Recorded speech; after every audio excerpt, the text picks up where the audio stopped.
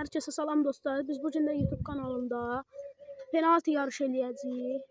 3 tane gol atan, Yox, 3 tane şansımız olacaq dostlar. 3 tane şansdan kim çox vursa, həmin adam qalib sayılacaq.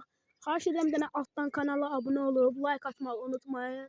Keçək videomuza. Birinci kim durur qapıda? Birinci bu deşikdən vuracaq.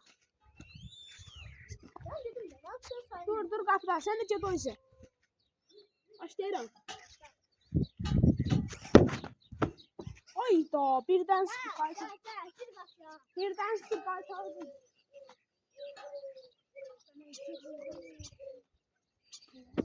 Böyle gitti. Şahı.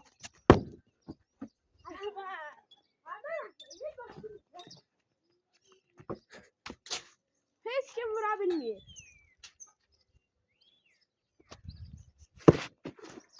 Ayakta yukarı atarsın.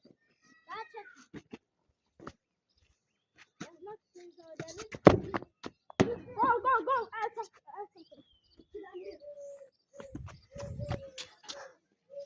Ay. Gol.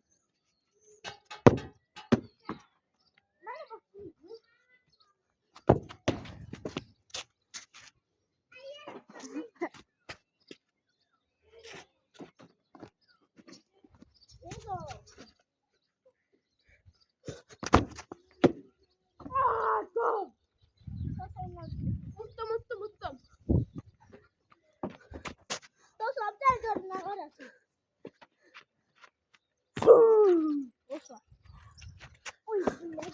Sağ olun dostlar, bugünlük bu kadar.